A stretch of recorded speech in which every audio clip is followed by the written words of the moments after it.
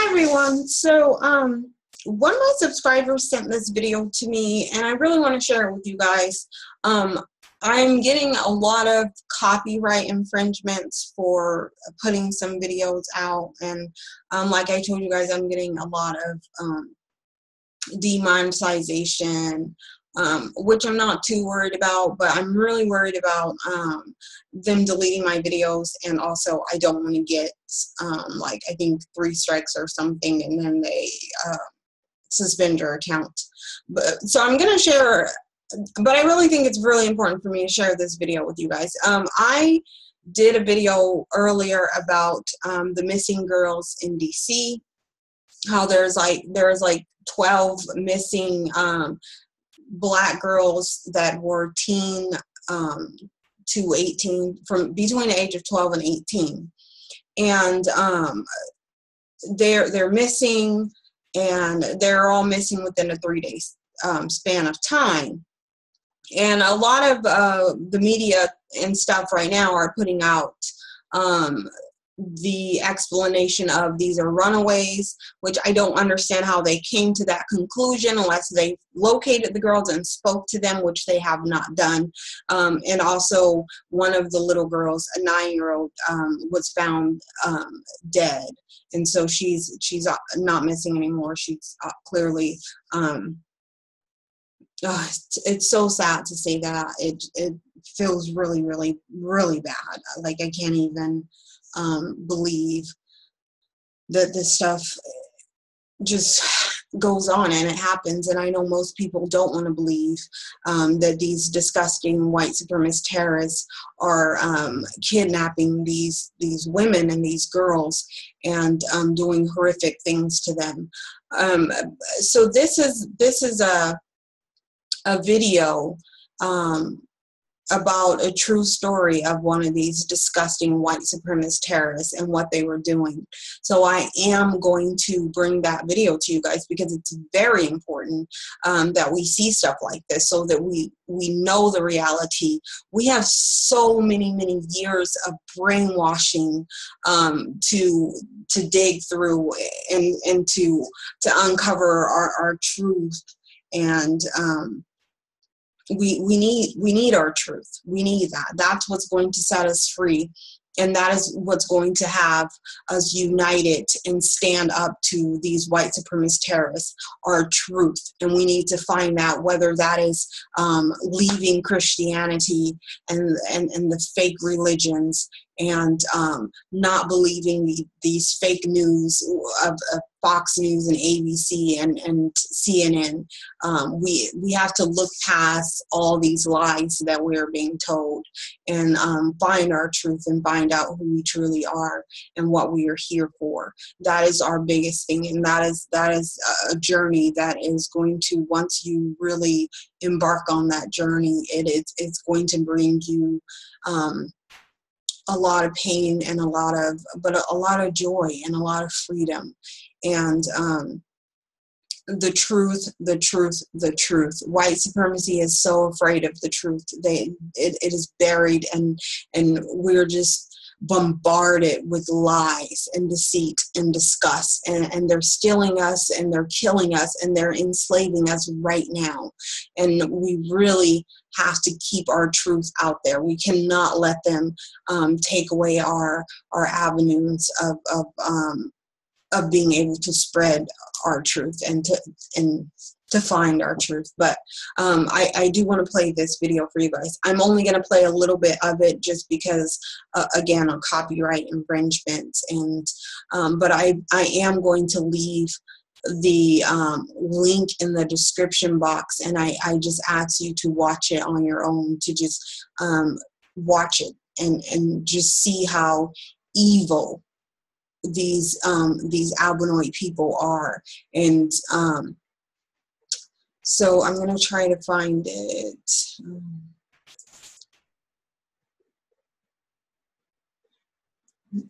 Okay, so I was already watching it. I've watched a little over 6 minutes of it, but I'm going to go back to the beginning so that you guys can watch that amount. And I think that's all I'm going to play is the first 6 minutes, because it gives you an idea of what I'm talking about, and why I call these people terrorists. And we need to protect our children. Really, that is the main thing. My main goal is protecting children at any cost. I will protect children at any cost. And these children that are missing could be dealing with the same horror that these Black women on this reenactment. It is a reenactment of truth, of a situation that honestly and truly happened, and that is happening to our Black children and our Black women, and even some of our Black men are being abducted, if not for their organs, for sex slaves, and for any other demented thing that comes into these evil albinoids' heads. So here is, I'm gonna play again about 6 minutes of it, and then I will leave the description or the link to it in the description box. But this is horrific. So I do want to let you guys know that it is not something that you should take lightly into watching. For me, just this first 6 minutes is really disturbing my psyche. It really is. Just because when I'm watching it, honestly, I'm thinking of, oh my God, me and my sisters could have had this happen at any point. And I'm actually going to share a personal story with you guys really quick. So you guys know that me and Cynthia have a lot of siblings. There is 10 girls and 2 boys. And I have 2 sisters that are older than me. We're all about a year apart, the first 3 sisters. And me and 2 of my older sisters, I think I was probably 13. We're probably 13, 14, and 15. And we're walking to our house, and it was pretty far. It was in Portland, Oregon, and we were walking down the street, and a guy drove up in a truck. This was an older white guy, well, probably about middle-aged white guy. When you're a teenager, 20 is old to you, so I don't know. He was probably about between 20 and 30. And he asked if we wanted a ride. And you know, when you're a teenager, your frontal lobe is not developed, and so you do things that you wouldn't normally do. And we all got into his truck. We were all just squeezed in the front, and it was me and then my sister that was 14, and then my oldest sister. She was sitting closer to the guy. So he drove us, and we knew never to have someone bring us to our house because we didn't want them to know where we lived. And so about 5 or 6 blocks, maybe a little more, maybe 10 blocks from our house, we're like, okay, you can let us out here.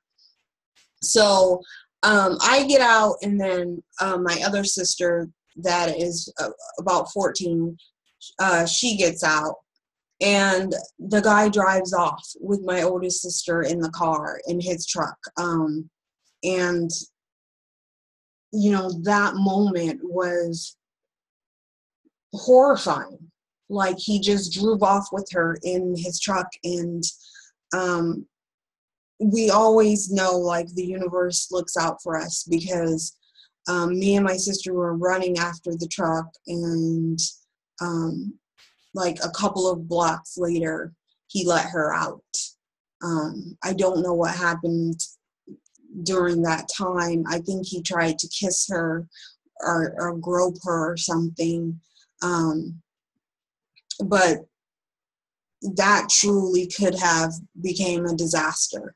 And this happens. It happens so often that when I was just watching this, I was like, why would she get, one of the ladies gets into his car, and I was thinking, why would she do that? Like, who would just get in a stranger's car? And then I literally just remembered that just flooded back into my mind, that incident, and that could have happened, and she could have been missing, or all three of us could have been missing, because we were trusting, and we go through life not thinking about all these horrible, evil things that happen. And it's reality, and it could happen to anyone at any time. So yeah, right now I have chills, my entire body. I literally have chills up my entire body, and my head feels very tingly, just remembering that incident. We could have never seen our sister again. Our family could have never seen us again, because all he had to do is keep driving, and that would have been it for us. My sister jumped out of the truck and escaped, and it's not even something that we ever really talk about, because I don't even know if we ever told our mom, so I hope she doesn't see this video. But that was one of the many things that we dangerous situations that we put ourselves into unknowingly, and sometimes unwillingly, but it happens. And I just want you guys to know that it happens a lot. When you're a little girl, you're vulnerable, and these disgusting demon white supremacist terrorists know that black little girls are not going to be looked for. They're not going to be missed as much as if they go steal a white girl off the street. They know she's going to be on the front page and on the news and on every news media avenue that they can put them on. And they know that the little black girls are not on, there's no Amber Alerts put out. So they know that they are most likely able to get away with stealing a black child. And so we really have to do as much as we can to protect our children. And now I'm going to stop talking, and I'm going to play the video. Cops are clueless about his cellar of evil until one of the captives escapes and brings law enforcement right back to him. Low. Philadelphia, Pennsylvania, Wednesday, November 26th, 1986, 11 p.m.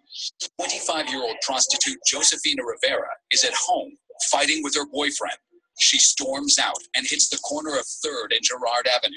She's approached by an individual who's in a brand new, shiny Cadillac. They agree on a price for sex. Josefina has a rule that she sticks to, which is not to go back to men's houses. But on this occasion, she breaks that rule. The stranger drives her back to his house, which is located in a rough section of North Philadelphia. At the residence, Josefina notices the man unlocking the door with half of a broken key. The other half is stuck inside the lock.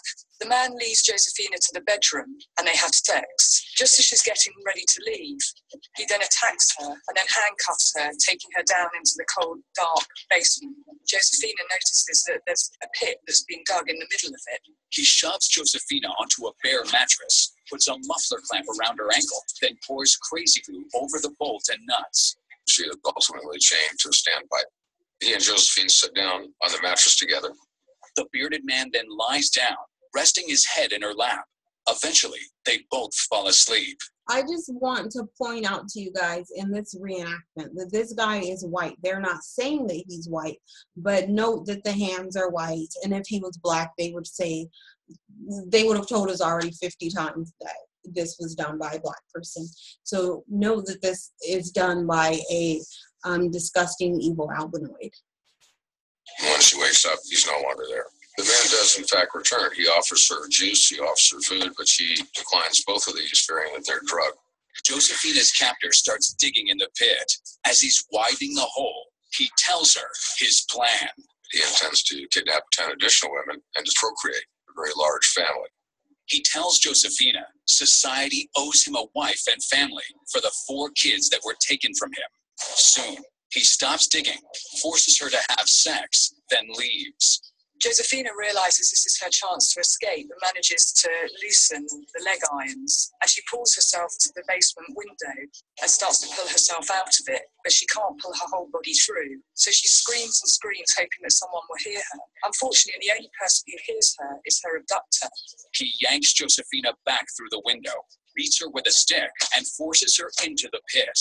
Then, he compresses her body down using a plywood board topped with bags of dirt.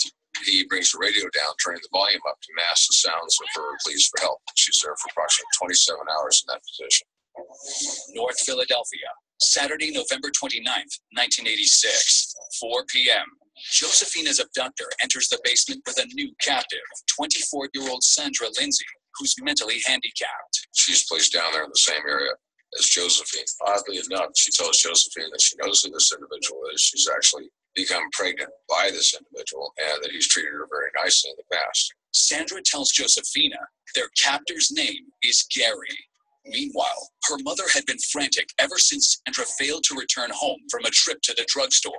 Sandra's mum goes to the mental health facility that Sandra attended, and one of the men that she spoke to said that she should try Gary's house and gives her the address. The helpful man is Gary's friend, Cyril Tony Brown.